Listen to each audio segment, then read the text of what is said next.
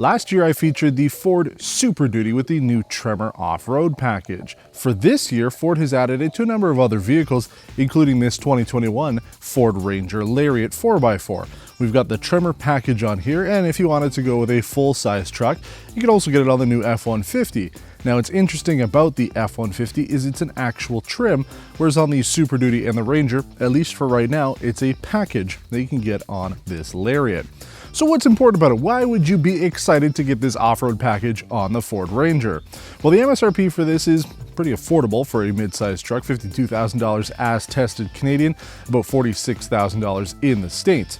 This uses a 2.3-liter EcoBoost 4-cylinder engine producing 270 horsepower, 310 pound-feet of torque. Overall, pretty decent stuff. So what do you get when you go up with the Tremor? Well, you have a lifted suspension with off-road tuned Fox 2.0 monotube dampers and rear piggyback reservoirs, the specially tuned front coilovers and rear multi-leaf springs, as well as 32-inch Continental General Grabber AT tires with 6 dash-mounted auxiliary switches to be able to put your own accessories on, along with magnetic painted alloy rims, hoop-style steps, rear recovery hooks, the magnetic painted grille, and red nostril inlets. So it makes this Ranger look quite a bit different from the other ones on the road. Maybe a little subtle, you really have to know, but it does sit quite a bit higher. And the fact that this sits higher really does feel like a older F-150. These trucks have gotten so big now, especially compared to the previous generation that we had here in North America. I mean, there really is no comparison between the two.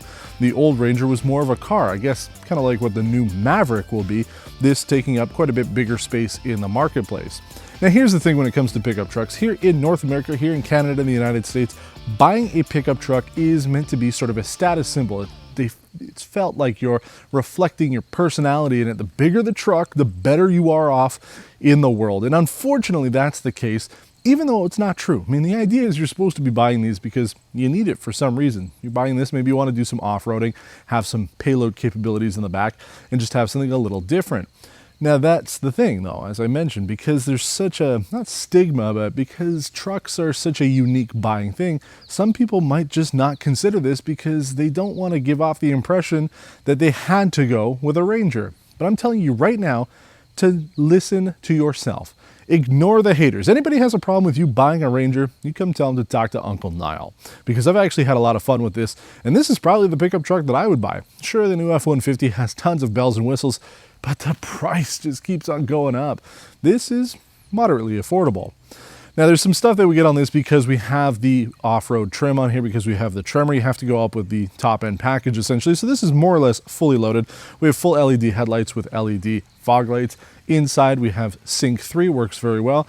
A similar gauge cluster actually that we saw on the 2014 Ford Focus Electric, slightly more updated, but you have the 2 screens on either side of the speedometer. They're functional enough.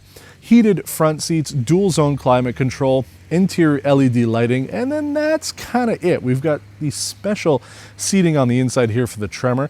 It's leather with Miko Suede, or Miko Suede, depending on how you pronounce it. It feels pretty comfortable. It's nice overall. I do like it. And the space on this, being a Super Crew, is pretty decent for a family. I don't know how well 3 adults would fit in the back of this thing.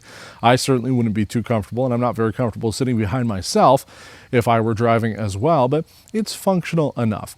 The one thing you don't get on this, there's no sunroof. That is a bit of a bummer, but you have all the safety tech that you would want. We have things like active cruise control, blind spot monitoring, lane keep assist, rear cross traffic alert, and a pretty good backup camera. There's no 360-degree camera on this, and I think that could have been a miss. At least a front camera like we're starting to see now on the Jeep Wranglers, considering this is meant to be an off-road vehicle, would have been kind of nice to have a front camera should you need it if you're doing some off-roading. Now, you know me here on Test Drive, as much as I would love to take this thing off-road, I don't have the insurance and liability to take this somewhere and have a problem with it. Also, I don't have a place to actually do it properly. So we're not going to be doing any off-roading on this. I'm sure there are plenty of reviews out there. Ford usually brings the journalists out to their test track to be able to test these things. So we're going completely on the road today because for the most part, you're going to be driving this on-road. Even if you've bought it as a specific off-roader, you still got to get to that destination somehow, and that's usually on the tarmac. So we're going to go over how this drives, rides, performs, and handles, and everything else you need to know if you're in the market for the 2021 Ford Ranger Tremor. Well, folks, if you know me, we do the fuel economy stuff first. So how did the 2021 Ford Ranger with the Tremor package do on our test loop? We completed it in 8.8 liters per 100 kilometers. US miles are below in the lower third. Now, how does that compare to the only other mid-size pickup truck we've featured? That was the GMC Canyon that completed it in 10.2 liters per 100 kilometers. So not good compared to this. The Ford Ranger did quite a bit better. Now, there's a couple reasons, I guess, for that. This is a 4-cylinder engine, and it's Ford's EcoBoost engine. They've had this for quite a while now. It's been in a very large number of vehicles, and I think it works pretty well. First of all, I think the performance on it is pretty good overall. I mean, if you're buying a mid-sized pickup truck, you're not buying it to race around and be in sport mode all the time. It actually does have a sport mode for the transmission, which is pretty cool. You also have some terrain modes as well. We're currently in normal mode, but you also have grass, gravel, and snow, mud, ruts, sand, and then you also have the transfer case selector. We're currently in 2 high, but you have the options for 4 high and 4 low. So you've got some options there. If you do some off-roading, you have some rougher weather, but we completed that in 2 high, and we would have done the same with the GMC because it was still decent enough weather. I think we did that like November or early December kind of thing. I forget exactly when, but there was no snow. So overall, this did much better for fuel economy. If that's what you're buying the truck for, that's what you can go for. Now here's the thing, okay? We'll talk about the drive and ride in a second. I just want to talk about this truck itself because I feel that Ford has an opportunity to make this thing really good on the inside. It's not though, okay? Like, it's not bad, and especially compared to the GMC that we did, that wasn't over the top either. I mean, this is certainly functional, but I feel like it's pulling a lot of pieces off older Ford vehicles. It really is like a parts bin special. As I mentioned, the gauge cluster, pretty much taken from the old Ford Focus. Same thing with the controls. Actually, I believe these are pretty similar to the facelifted 3rd generation Ford Focus. I mean, like, they've taken some parts off of older stuff and slapped it together. But I think if they really want this to stand out, make it like the F-150 in the sense that this should be a reflection of one of the other mid-size SUVs, crossovers that Ford sells, whether it's the Edge or even go up to something like the Explorer and kind of make it similar enough so that if you were to buy the Ranger, it's like, oh, wow, you know, the interior is pretty nice on here. I mean, you're still spending $52,000. It's quite a bit of money. There are a lot of other vehicles out there that you could buy. Sure, they're not pickup trucks, but the idea is it's, for me, a little pricey for what you get. I mean, it's not bad, but there's nothing to surprise. Like I said, there's no sunroof. You've got like the beige headliner and stuff, so the tech is fine. Sync 3, we've got a B&O audio system. It sounds nice. Heated front seats, not bad at all. Active cruise control and a lot of the safety tech that we look for in these vehicles.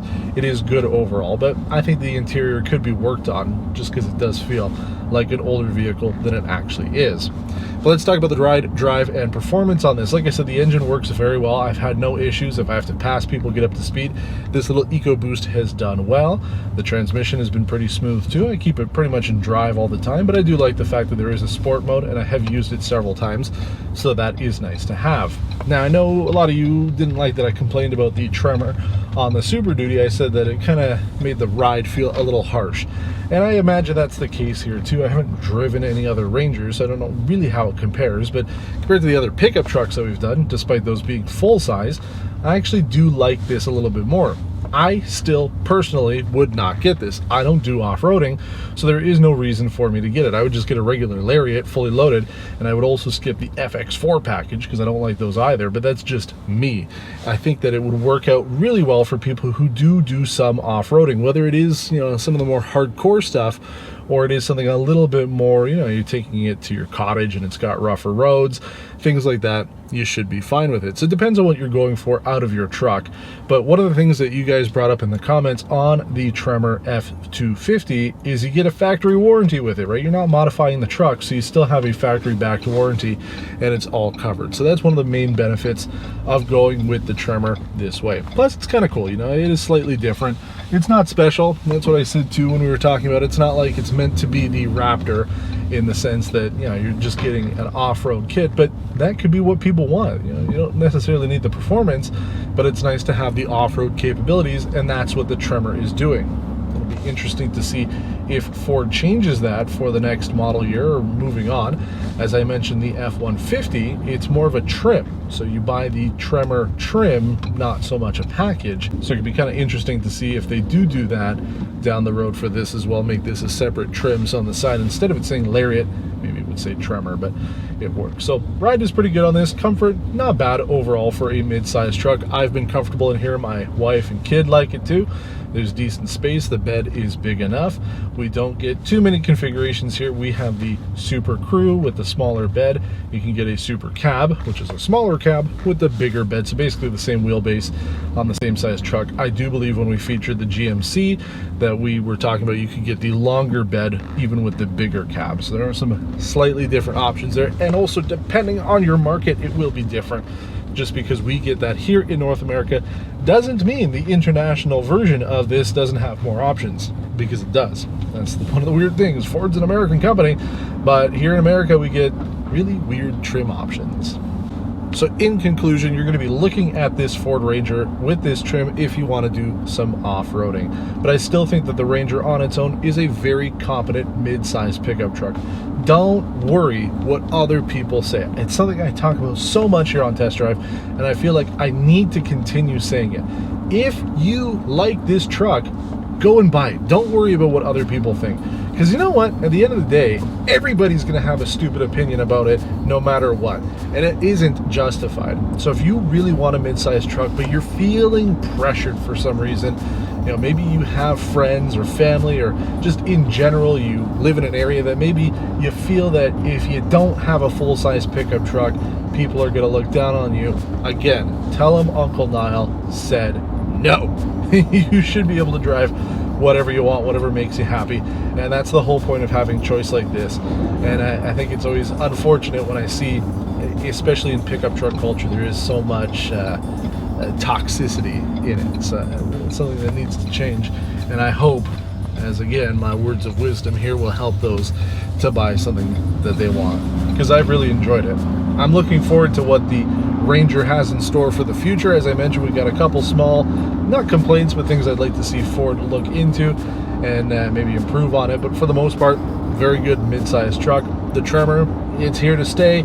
We've got it now on 3 of Ford's pickup trucks.